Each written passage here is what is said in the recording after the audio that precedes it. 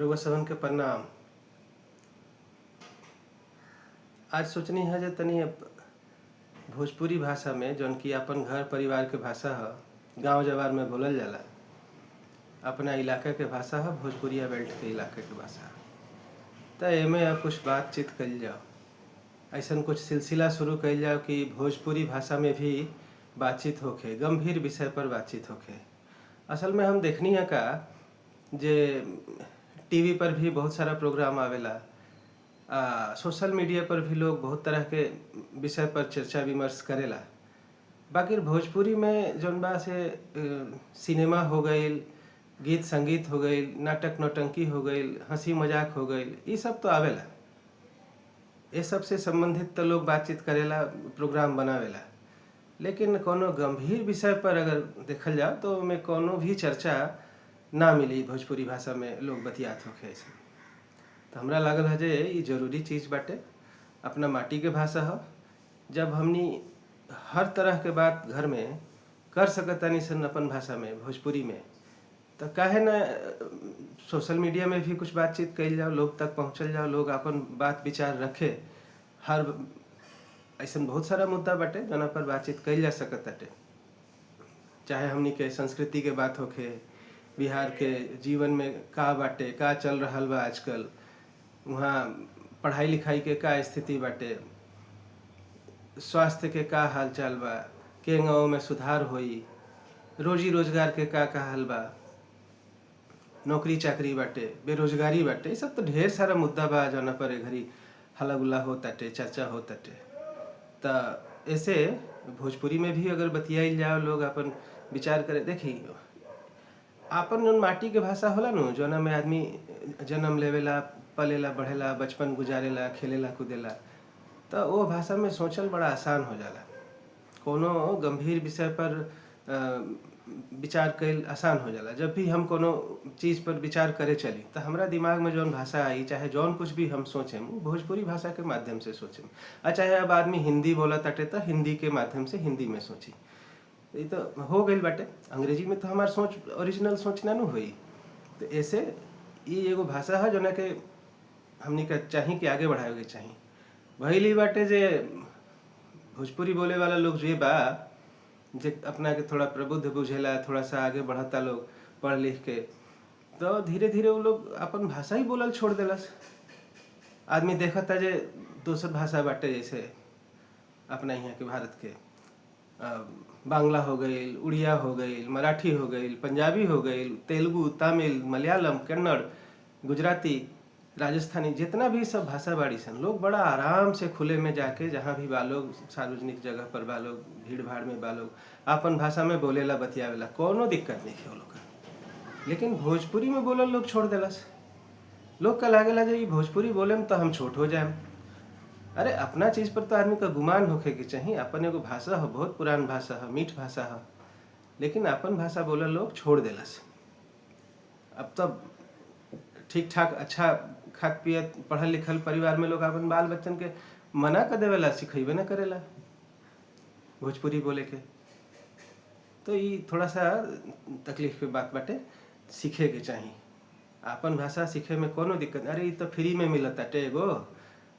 ये कहल जाला, मतलब रिसर्च कहेला जे जितना ज़्यादा भाषा में बोली, बतियाई, सोची, ओकर बुद्धि विकास उतने ज़्यादा हुई। ये एगो चीज़ हटे जो आदमी के विकास में हेल्प करेला, ओकर बुद्धिमत्ता बढ़ावे में, ओकर सोचे के क्षमता बढ़ावे में मदद करेला, एक से ज़्यादा भाषा बोलल आ जानल।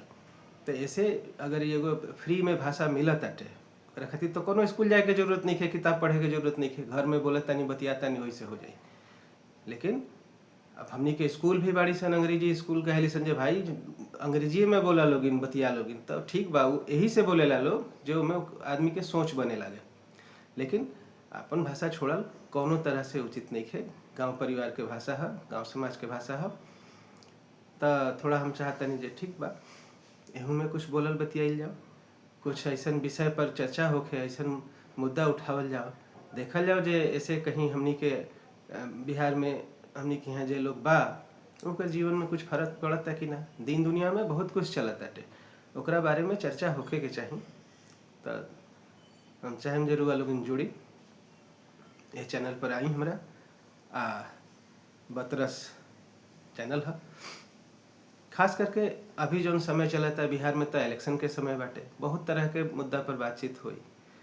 तो ऐसा लोग जे बिहार से बाहर रहता, भोजपुरिया समाज के हिस्सा है, चाहे भोजपुरिया समाज के हिस्सा ना भी हो, तब भोजपुरी सिनेमा देखता लोग, भोजपुरी समझता लोग, बुझता लोग, गीत संगीत सुनता लोग, तो वो लोग अगर चाहे तो वो लोग खातिर भी बा। देखी कहीं भी आदमी जाला तो अपन घर मजबूत होके, व्यवस्थित होके, तो ओकर सम्मान बढ़ेला। ये हो गई बाटे जे बिहार से लोग निकलता, बाहर थोड़ा सा अच्छा व्यवहार नहीं होता। ये तो जे लोग निकलेला वो थोड़ा महसूस भी करेला। तो एक यह उपाय बाटे जे अपन घर परिवार के मजबूत कइल जाओ, अपन घर के व्यवस्था ठीक कइल जाओ। घर समृद्ध होई नु, आदमी के अपन जौन चीज बा खुद समृद्ध होखेम, खुद मजबूत होखेम, तो सब लोग ओकरा के इज्जत दी। जब यहाँ से पहले हिंदुस्तान से लोग बहरी जात रहे, विदेश जात रहे, तो बहुत अच्छा भाव विदेशियन के ना रहत रहे भारतीयन के खातिर। लेकिन जैसे जैसे अभी समय बदलता था, पिछला 10-11 साल में बहुत काम भइल बा हिंदुस्तान में। भारत अपन संबंध देश जोन बा, अपन संबंध विदेशन के अलग अलग देशन के साथ नीमन बनावे के कोशिश कैलस।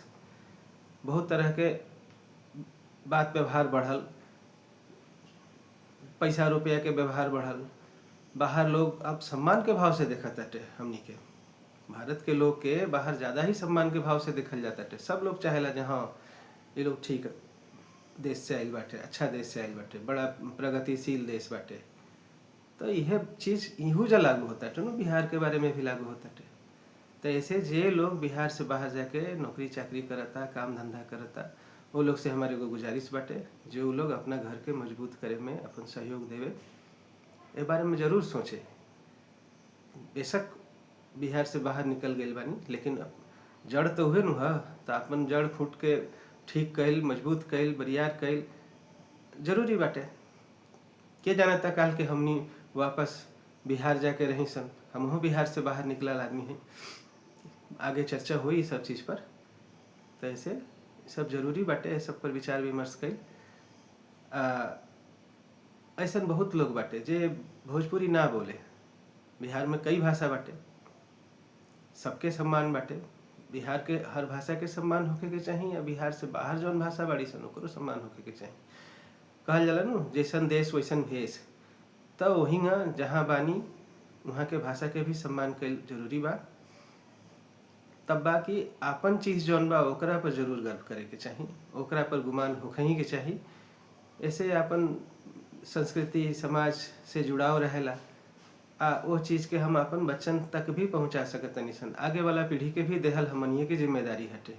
हमनी जौन पीछे हमनी के माई बाप देलक, हमनी के पुरखा लोग देलक, सहेज के रखलक हमनी खातिर, तो वही नतिया हमनी के जिम्मेदारी बा जो हमनी जौन जी के अइनी सन, जौन हमनी के लागल जे हाँ ये हमनी के संस्कृति के हिस्सा हो, हमनी के समाज के हिस्सा हो, आगे बढ़ावल जा, अपना बच्चन के दियाओ।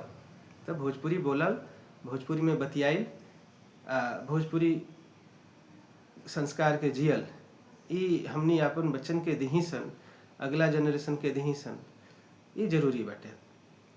तो यह सब बात बाटे बतियाइल जाए और अलग अलग विषय पर, अलग अलग मुद्दा पर बातचीत कइल जाए।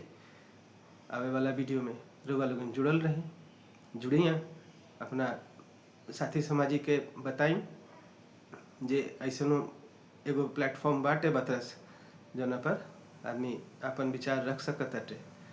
यहाँ जौन चर्चा हो ये पर रउआ लोगन अपना समाज में, अपना गांव जवार में भी अगर चर्चा करें तो अच्छा रही। जरूरी नहीं है कि हम जौन कुछ सोचता नहीं वह एकदम सही होके। निश्चित रूप से हो सकता है जो में कुछ सुधार के व्यवस्था होके, कुछ अलग चीज़ रउआ लोगन सोची लोगन। तो ऐसे ये एगो विचार के मंच हटे, कोनो ऐसे नहीं है जो हम अंतिम बात कहतनी या हम जौन कहतनी वह अंतिम सत्य बाटे।